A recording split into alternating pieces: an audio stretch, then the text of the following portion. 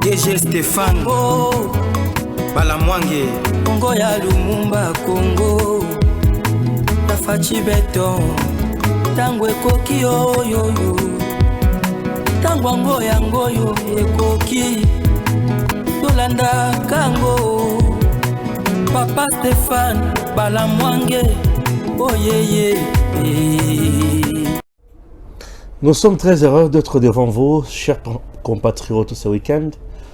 Alors, je reçois Papi Luindula. Avec lui, nous allons essayer de parler de la vision salvatrice. Il y a chef de l'État, Félix-Antoine Tshisekedi Tshilombo, n'a pas action déjà posée. Parmi les actions posées, est-ce qu'il y a des actions qui touchent vraiment la population? Mais ils ont bon ma révélation cachée. Papi Luindula va essayer de répondre à ces questions et éclairer l'opinion pour des fois Kobanga, Koima, Zouzalama Makasi. Ok? C'est parti avec Papi Luindula.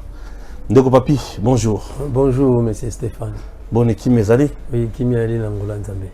Donc, tu as sur la Makambo Yamboka, dans la période de la campagne. La campagne a balancé en 14 jours déjà. Vous avez l'impression de la campagne? Merci. Nous gagné déjà, nous avons pour là déjà. Merci. Ça saute aux yeux. D'ailleurs, tout le monde a un exemple. Tout le monde a eu l'élection en 2006, tout le monde en 2011, tout le monde en 2018. Vous allez constater que bateau majoritaire, photo na des araming.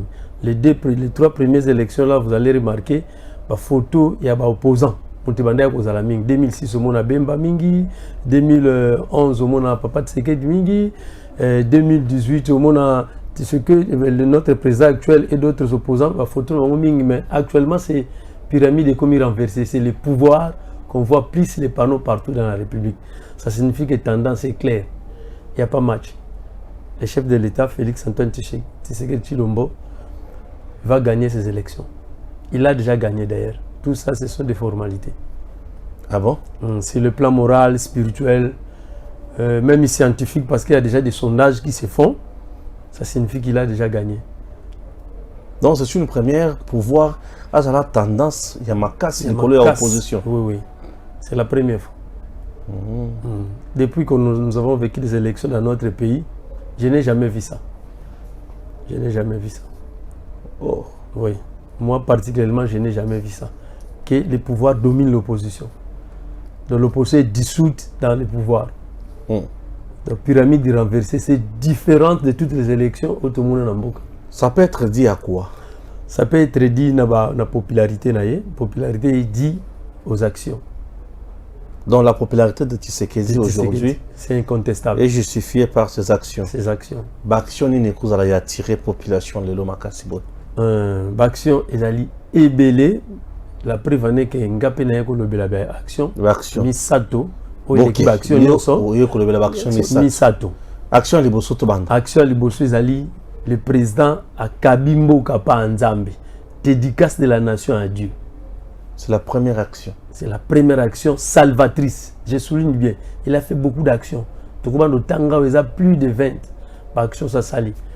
45 territoires, école gratuite, biloko ebele, infrastructure, asali ebele, c'est le plan diplomatique. Tout le monde le Rwanda comme l'accepte Mosapi, na bateau bakambara mokili. Donc il y a action eza ebele Congo comme l'Obama qui partout.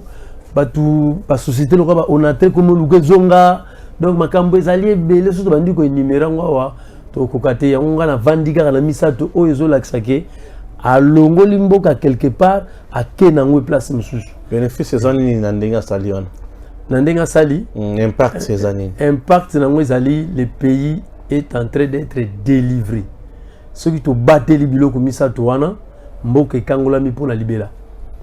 Parce que Mboka Labiso, j'espère que vous êtes d'accord avec moi, le pays était déjà parti. Mboka Koufaki, avant Mokonza Mboka, l'Obama, depuis même quand il a Kondo Mobutu.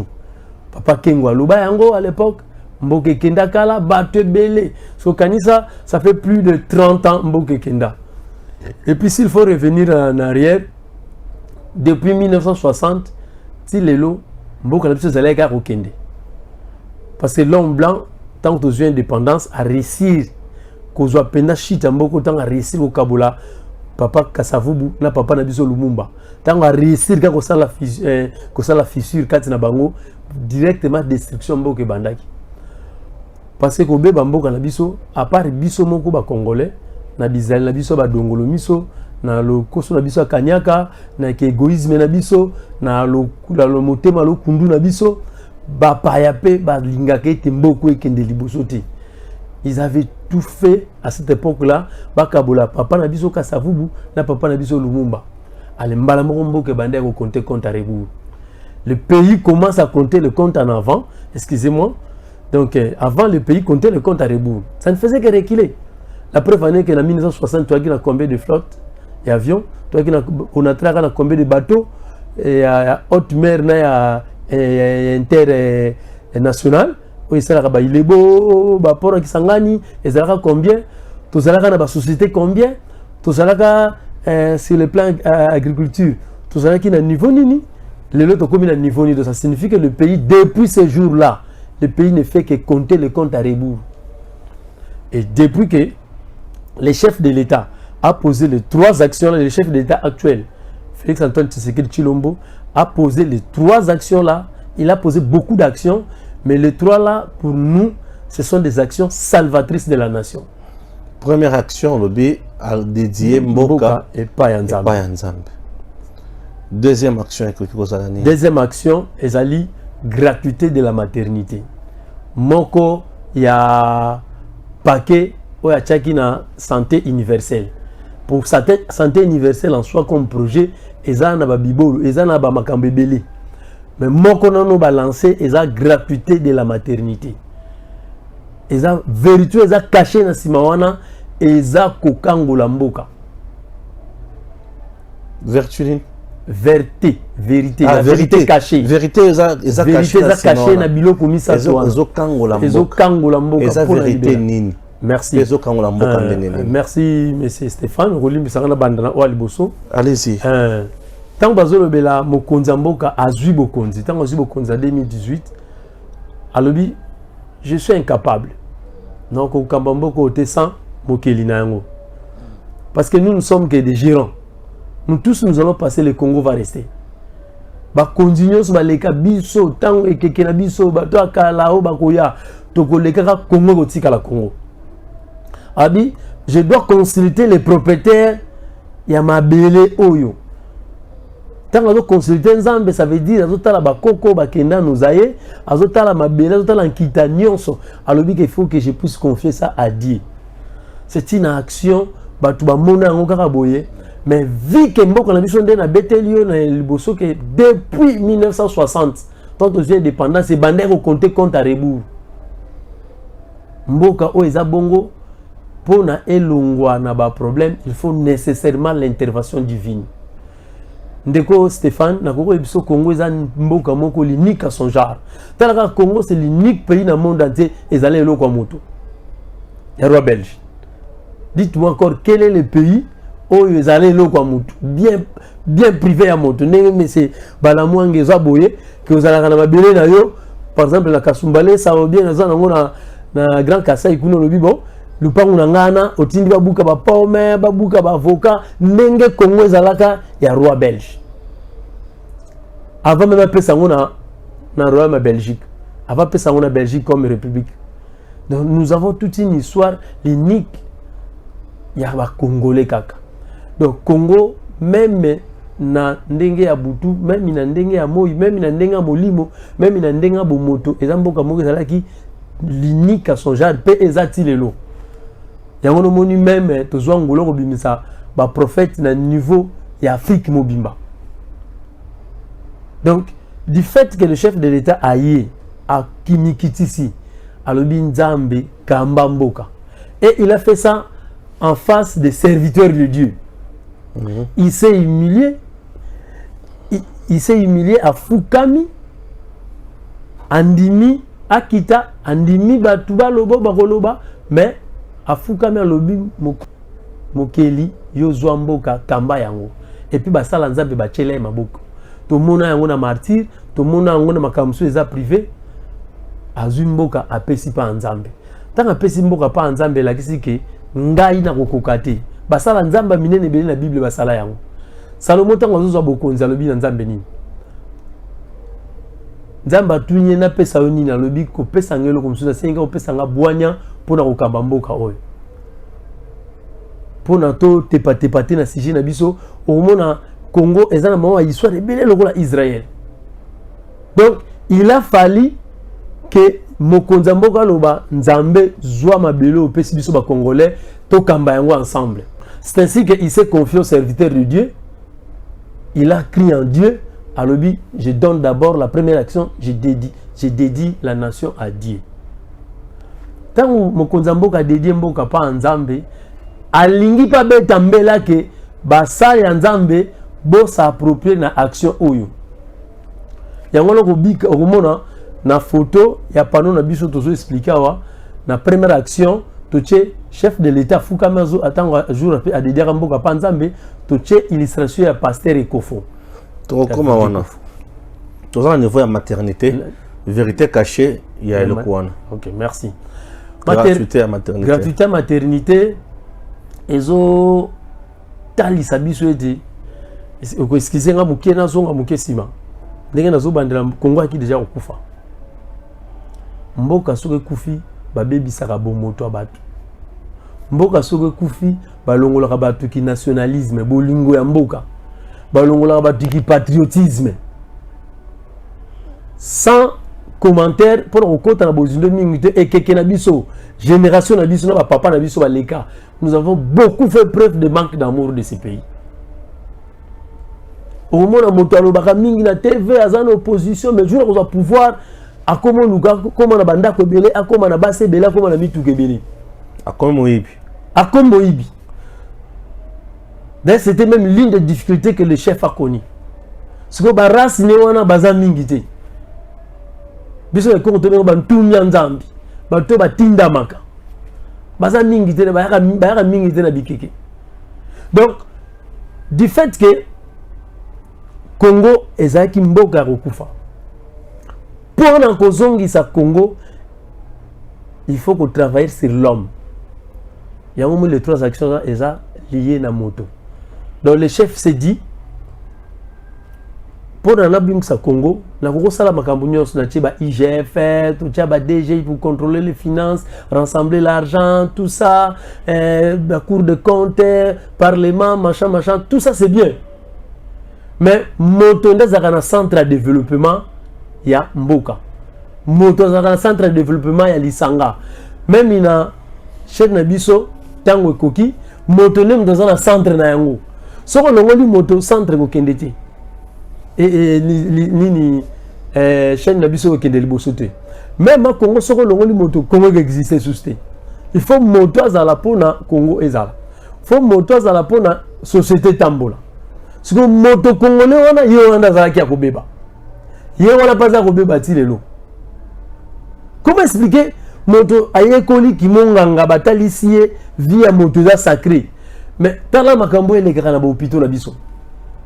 Comment moto ayekoli mibeko ayekoli droit il se dit je suis un juriste apprêté peu serment mais aza capable de tinda un innocent na boloko pour l'intérêt naï. Donc ça veut dire quoi moi bon moto na ba congolais ezala ki susté pe ezate mingi pour le développement mboka il faut travailler sur l'homme. Comment même il va pandi sango ozomona ke moto ya pesa ki mbongo chaque mois asali plainte ba vie des ali azu a monter image alobi akoki koloba toza mingi ba pandisango baza mingi na ba jalelo baza mingi na ba sentiment subjectivité so dominer objectivité. Donc bon moto congolais eza sous-souté tozala ki sous le côté.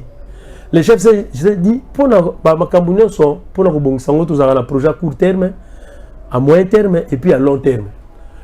Le chef de l'État, Félix Antoine Tshisekedi Tshilombo, il travaille dans le présent, il travaille dans les jours à venir et puis il travaille dans le futur. Maintenant, et là, on a une action salvatrice, il y a gratuité, il y a maternité. Pourquoi? Parce que mon konza tiki et kekenabiso, a tiki ba mikolezo ya a ke kobongsambo ka sous na futur. nazoma parenthèse muke badongolo miso nyonso bazo bomamboka na biso précisément ba ndoko na biso est de l'Afrique, Afrique de l'Est, ba Rwandais. Banalité, yango moni ba biloko ba action nous devons s'en approprier nous les Congolais. Banalité bazo sala makamba mikenike bana na bamusu bazoka bourse na bakombo na biso pona mikoleko ya batungisa biso lisusu. Le chef aussi s'est dit ndape mikoleko ya ba Congolais to sala baza la différent na oyo toza sikoyo. Pourquoi dans le bibongo? Ndeko Stéphane Landanga bien na ba ndeko nyonso baza na tando ya ke bazo landa biso. Awa mokonza lobi faut changer le lenge ya ba Congolais pe type ba Congolais. Pona mutu azala malamu vers mutu ben vers loko, il faut vivre bolingo kati na ye. Bana o ba robota ma baza différent na biso na nini. O ba robota ma gratuitement. Ba robota ma ofele. Baza différent na biso parce que le pays dès qu'ils arrivent, le pays leur fait preuve d'amour. Si la vente on a pas de contrôler makambuni no mboka c'est ça là depuis la botama na ça la quarantaine mais nazo mona ngomingité à part moi kita ko pesanga kombo ko pesanga nationalité mais bana wala dès leur venue le pays dit venez soyez le bienvenu, ils auront le devoir de redevabilité plus que nous. Donc voilà ndeko Stéphane tango zanga maya komela okimaka mvula ozanga esika kolala ndeko moko la lisaka na ndaku na ye babosana kaite okoza bato bakomo peso ba million mais yo lalaka na ndaku ne tamusuna mabele mais lokola mvula banda ko beta pe tongo itelela na ndaku ne e marka yo koleka muta peso ba million bana ona dès qu'ils viennent le pays dit soyez les bienvenus, le pays les reçoit avec une preuve d'amour que Mobutu n'a pas cité à Tungisa Mate aux soins pendant un mois. Parce que ça a Kobota Mamatena soit à nouveau né pendant un mois. Le 28 jours, les 28 premiers jours de sa vie. Le Congo, les ancêtres, nos aïeux, Milimo à Congo, Butu à Congo, Kita Congo, Nyonso à Congo, Molimo à Congo et Yambi Banawano. Donc, excusez-moi pour le commentaire mingi. Et ça, dès la dernière na bango, baza injecté na bolingo ya Congo au Congo la bango deki bazoya. Wow. Ça signifie que bana wana bazobotama ya ofele bazan bakomona ka Congo ndeki moko na bisoté. La preuve est que je vous ai toujours apprécié. Ndengo moni la Congo kende liboso, to s'appelle ba pandisa mususu bazan na bango ko pousser Congo cité. Donc on a mon qui ndenge moko na biso te. Si on bana na plus que biso do mona bola mo Congo. Tout le monde a vu exemple de Banda Papa Kassavubu. Comme en 1960, na boyi kokota époque coloniale. Comme en 1960 lelo, Congo ne fait que compter le compte à rebours. Congo na ne va ça. Ataba to ro époque à Mobutu. Congo compte à rebours. Au moment na bomo tezolongwa misolezolongwa économie zo kita to perdre bien, to zalaka na ba avion ota ekita, to zalaka na boye kita, soko ozotala ba mboka na biso mona ezonga kande sima. Donc il y a un homme congolais qui est au centre de la destruction de son propre pays, de son propre bonheur. Le chef a dit, je travaille dans le présent, je travaille dans les jours à venir, mais je dois projeter l'avenir de mon pays par rapport à une génération qui va réfléchir différemment que nous. C'est ainsi qu'il a dit, je dois faire la preuve d'amour envers ma population. La population, dès qu'il reçoit l'amour, il sera obligé de faire retourner encore l'amour envers la nation. Action wana ya maternité ya Ophélie. Papa, mbongo na ngana futa na hôpital na sala longo économie. Ah nazo kangisa ngona somba motuka. Non! La vérité cachée c'est ça. Bana wana ba komona ka mokili différent na biso. Et ça le roi de kobota balongo bazana baza ba injecter bango, ba inculquer bango. Introduire bango déjà l'ADN de l'amour au niveau élevé ya Congo. Ah oui. Donc deuxième action abisso salvatrice de la nation c'est ça parce que Congolais mutabe baki mokonza lobi na tche IGF na tche changement mentalité na tche pasteur bazoteya classe bazoteya famille bazozoma babandozoma misola bien ndenga changer salaire tomoni enseignant outil na 60 000 francs congolais a commis na 400 quelques mille francs congolais donc ça là déjà bien voilà pas travailler ça c'est le présent malobi pona ko bongisa efficacité za la durable et ça peut pona libéra fona kende ko changer progéniture à Congo fona kende ko sala ba sujet musi ba sujet congolais mususu o ba komona ka mokili différemment na biso c'est ça vraiment normal de ko Stéphane ndenga no to zaboy ba pesinga na yo mo eteni à pouvoir quelque part. Tout un exemple mutazo gérer mbongo par exemple il y a ba pensionné quelqu'un qui a servi la nation mo mo mbongo ngo bibi bali yango za la monter mabongo. Comment un médecin va me mêler malade il a moni que c'est un démuni. Lui, il a des maisons, tout ça. Mais ça ne l'intéresse pas. À cause, par exemple, de fiches à 6 000 francs, il y a une fiche. Ça, c'est impossible. Comment vous devez détourner le matériel? Il y a un hôpital. Comment? Le chef a fait sortir l'argent. Bien. Mais, on dirait azobe visa muntu nzoka za musala ya mboka tala congolais ndenge ni tozali et puis mboka la biso muntu nyo sa na malamu yene mtakoma kama be remarquez quand même ba société na masanga soko za plus sérieux du maloko la ventiler ozalo kwa comédien bazo mona muntu pamba zoba mais soko za muntu lokola ozo sala muntu kanyaka wala nda vela biso muta bien tout ça donc ça signifie que le chef a projeté dans l'avenir les sujets congolais qui vont naître avec cette action-là de la maternité gratuite. Ils vont voir le monde différemment que nous. Troisième action. Merci. La troisième action, c'est l'enseignement gratuit. La gratuité de l'enseignement. Et ça, c'est à peu près la deuxième. Mboka, Soko Koufi, ebe baka mingi na encadrement ya bilenge. Yango moni ndeko Mandela aloba abi pimela mwana biloko kolia me ko pimela éducation te. Pimela ye biloko kolia me ko pimela éducation te.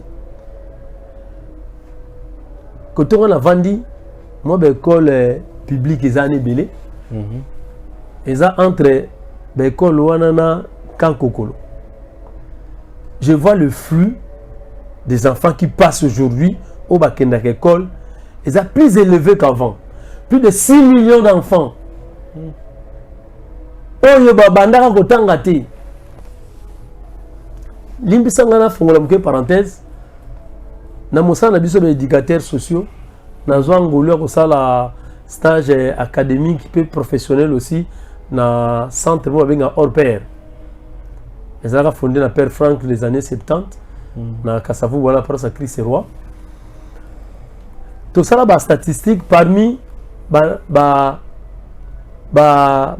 oyo bakota mingi na balabala. Bano to benga communément ba fazer. Na katono benga balumbi la bakoma ba fazer. Bano to benga les enfants retire familial. Bana wana soko sali statistique na bango la plupart oyo bakota en dessous de 10 ans, bazana bano bazana pe non scolarisé. Bano bano qui ne classe té. Ça compter d'autres raisons, ma belé ba chômage ba parents, ba mort, ba perte ba les deux parents, ma belé. Mais tout ça qui constant, bano pe ba kenda classe ça cause papa na maman. Mais bazwa qui tant ça a été bazana pe na contrôle na été. Et puis la plupart c'était des enfants de militaires aussi. Et de gens qui subissaient les exodes rurales. Babo Tamina Bwende, Bassan Koussou, Ayena Papa n'a pas âge à 2 ans. Papa ma coquin au ça a été, moi na commune à 6 ans, 7 ans, 8 ans, à comme lenga azue lenga que c'est ngambongo na balabala, kokende la wenzi ko lokota biloko, ça s'est retrouvé na balabala. Maintenant le chef est venu, il a dit je dois placer cette action là, gratuité de l'enseignement. Pour nous permettre bana wana bazaki mingi na balabala banana bazanga ki makamba kosala ba paro ba ki na impossibilité na incapacité ya kotinda banana ba na kelasi bazala mukie soulagé. Mon frère, on nyonso biso tozanango. Le lengo na kolata, le lengo na kobika, le lengo na kolobela, le lengo na traiter ba tosala ba partenaire na yo, ba personnel na yo, tout ça, ba collaborateur na yo. Et ça partant de l'éducation réussie de votre famille et de l'école.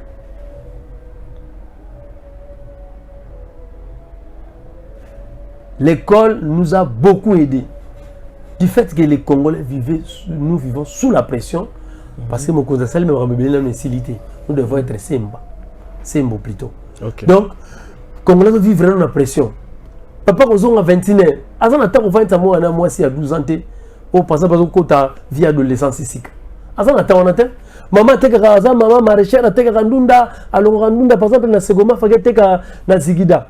Basi ça 17h transport ça pratiquement difficile façon atiki nkole et bien façon atiki mbanteke kuna musika. Akomi na ndaku 20h bandi golamba alali.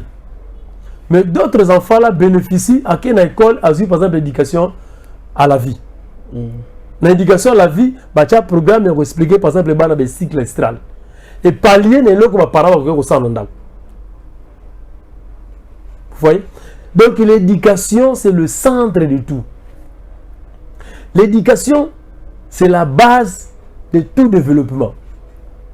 L'éducation, ça veut dire quoi? Une nation qui s'occupe de l'éducation de sa population, ça veut dire qu'elle doit assurer l'obinaï. Il y a un moment où il va fragiliser qui a davantage. Tant que l'éducation est infiltrée. Pour enseigner pas dans le front. Oui, enseigner pas dans le front par rapport à ma tête, ça va pas. Bon, moi, on a tengi ça bien au réseau ni pour l'emboucana. On doit être comme la calara, battre comme ça au Kabula. Ça signifie moto na e azobika bien te. Et puis la quand enseignement on a to ko valeur na biso ebele. L'instruction. Ce que nous avons nul. C'est ainsi que le chef a dit, je dois changer cette génération.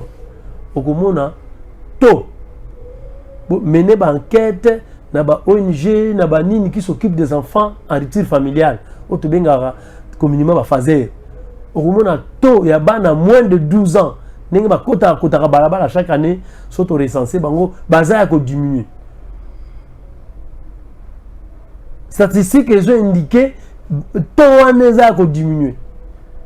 Dans ce domaine moko na suka koto moko antoke makamususte. Ça signifie que c'est une façon de sauver la nation. Et les qui ko sala banzela.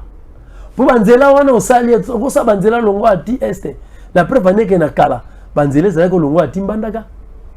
Ata kote musu bandozo wa bak bozu masu wa bokatisi menzela za ki kitoko. Mais entre-temps banana bomayo. Tous les combien d'avions, tous les bateaux combien d'amboko, tous les sociétés combien limitées na biso nous qui avions grandi à Kinshasa, limitées là qui sont sur les camions linga partout. Il n'y avait pas des habitations limitées industrielles, mais les lots limités industriels nyonso et comme l'église na bandako. Banana bomiango. Biso moko. Ça veut dire quoi? Soko bongisi moto, obongisi mboka. Okoko cha TGV. Mais batu ba komatango banani. Batu. L'une des raisons qui nous ont poussé de dire que ces trois actions-là sont des actions salvatrices. Parce que ce sont des actions ciblées, eux ils ont ciblé l'homme. C'est l'homme qui est au centre du développement d'une nation. Pourquoi Pasteur Ekofo na affiche na bino? Merci. Pasteur Ekofo aza moko ba image. Il y a un pasteur Oyo ba comprendre que mboka pone kende liboso biso ba pandisango, nous devons mettre la main dans la pâte. Nous devons travailler, nous devons porter notre brique de plus dans la construction d'édifices. Tous autres chaye lelo na rang et ba Simon Kimbangu parce que Simon Kimbangu son combat était pour toute l'Afrique. Bien sûr, il y a du Congo, mais son combat était pour la délivrance de toute l'Afrique. Tout le monde a l'élo de Stéphane, bato balobelaka Desmond Tutu, bato balobelaka par exemple Martin Luther King. Mais moto a eu risque même il y a en exil après avoir prêché. Na message na yo poussa kende en exil mais kamuni aloba ba kaumi sato. Ya liboso atalisi ba congolais responsabilité o nzamba pesa biso pour la gérer kitana biso pour la gérer mboka tozo sala ngo malamu te. Akebe musika lobi que le Congo n'est pas géré. Le pays n'existe pas réellement. Aye atel ikono alongo na hotel sabiso ba kolomboka ba gestionnaire. Atel sabiso ke nzamba pesa biso mboka pour la to gérer. Biso ba gestionnaire to gérer ma B. Atel si ba impunité na kati, atel ici ba manque de respect ya ba mibe kona mboka, atel ici ba exhibition de pouvoir, ba excès de zèle, atel ici biloko tout on a ba injustice, atel ici yango. Pour ministre kanga makati. Tu es comme mona ngaka na tangu ya papa na biso l'actuel président Félix Antoine Tshisekedi Tshilombo tozo mona bazo dénoncer vol tozo mona muta sambi tozo mona ba interpeller tozo mona muta kangami ata moi justice na ne komi na liboso te mais wana c'était pas parce que tika ko mona ngote un ministre qu'on arrache les téléphones avant de toute la journée na makala na seperka na prison makala pona zela ko samba ministre Orlando est ministre d'État. Orlando est vice-premier ministre. Mais Natango Oyo, il y a premier mandat, il y a Félix Antoine Tshisekedi Tshilombo. Tout le monde va ministre faire la quai devant les juridictions. C'est déjà un pas. Tout ça. Congola Lingini. Il faut faire un premier pas pour arriver à un centième pas. Si c'est le premier pas, c'est le deuxième pas. Donc le pasteur Kofo a joué à Yambi. Mboka alobi nous devons nous battre pour na mboka oyo ateyi bango atalisi bango ete bozwa responsabilité na bino amen boyo sala eloko te pour na mboka bozo muto to yeli lelo na meso oyo musée alobi ne jamais trahir le Congo mais bino bozo trahir alobo mabete yami bala talisi ba dongolo miso ba infiltrer ka biso o baza petit lelo ba infiltrer biso atalisi bango boza na salle awa bo sala makasi bo travailler pas na bino ke bo envie ka biso. C'était un message fort. Alongo na badongola miso ba voisin na biso nyonso ba infiltrer biso ba komo ba congolais na makasi pona ko bomaka mboka na biso atali susu la crème diplomatique nyonso ezalaki wana classe ya ba ambassadeur nyonso de représentativité ya occidentaux ya ba mboka nyonso monde bazalaki wana a pointer bango pe mosapi alobi bino communauté internationale boya na Congo pona ko sunga Congo no pona ko faciliter destruction à Congo ataka batu misato oyo batali gestion ya mboka na biso biso moko ba congolais ba voisins na biso et puis et communauté internationale to moni yango na Malula batu ba comprendre qu'il faut okangola mboka Malula il est le plus grand panafricaniste congolais mais batu ba lobela kaité bazo ba kotisa dossier na ba kotisa komboni na tiroir. C'est le premier Africain où azo senga ba messe ya catholique e banda ko passer na ba langue nationale na biso. E banda ko passer na lolenge ya ba africain. Ate africanisons le Christ. Na kala ba messe zalega ka di na ba latin, na ba liturgie na bango, na ba dogme na bango, na ba credo na bango. Pour que le credo, le dogme soit expliqué bien na ba langue na biso, c'était Malula. Tellement ça qui me conduit à l'épiscope au niveau Afrique, à pesar de tout son poids, à Kangoli Mboka, à Kangoli Afrique. Tout le monde de la biso continue. À la Moukara Tongo, à l'obis sauvons le Congo, tu vas comprendre la qualité. Tu vas comprendre la qualité. Et ça lui a coûté même sa liberté et même une partie de la santé. Ouais. Voilà. Tant qu'on a 2004-2003, notre pasteur, Coutinho Fernando, c'était un héros. C'était un héros. Pour avoir déjà sauvé le Congo depuis cette année-là. Donc il avait compris que le Congo était déjà pas parti, le Congo était déjà mort. Mboge Koufa Kibiso. Baza et Belé. Dans le exemple, dit apôtre Roland Dalo. Na salué pas en passant, na ba conseil naie, pe na ba encouragement à la chef de l'État. Bamsou baza ba héros dans l'ombre, Bamsou baza ils ont dépendre de tout adrénaline abisso. Il y a des gens qui ont le sang chaud. Dès que tu passes Kofo, Adam Mongala. Et là quand on est matin na moté manenge Jérémie nani Azoloba, je me tairai point pour l'amour de Sion. Et par lui, je me tairai point pour l'amour du Congo. Ah bon, quand on Batonion, ce moment au Congo à cette époque-là, à part le numéro 1, là, Joseph Kabila, Premier ministre, tout le monde, toute la classe politique était là. Les dignitaires congolais, mais à Passoli, l'Ignoko, pour Antolia, à Longoli, pour soutenir l'Ignoko. A te écouté exil, mais à Sala et Loko, Oyo, échangeait même trajectoire à Congo. Il y a un monde qui préfère qui, dans première colonne, il y a dédicace de la nation à Dieu, toute chaque image à passer les Kofo. Baza est belé, tu dis, il y a mon karaté. Tout le monde n'a pas n'abisso mon sein. Baza parmi les militaires qui pour le Congo Kangola. L'église protestante en général, l'église catholique en général. Baza bateau, militaire qui peut pour le Congo Kangola. Attends, moi, mais là, ce sont des raisons politiques. Nous ne sommes pas dans les politiques. Nous sommes dans les concrets, réalités. Réalité, elle était biloko o misato mokonza sali surtout ya ko dédier mboka pa nzambe eza façon ko kangola mboka. Yango la tina to préféré to honorer pasteur Ekofo. Aza moko oyo azwa azaki professeur azoteya suna lingomba.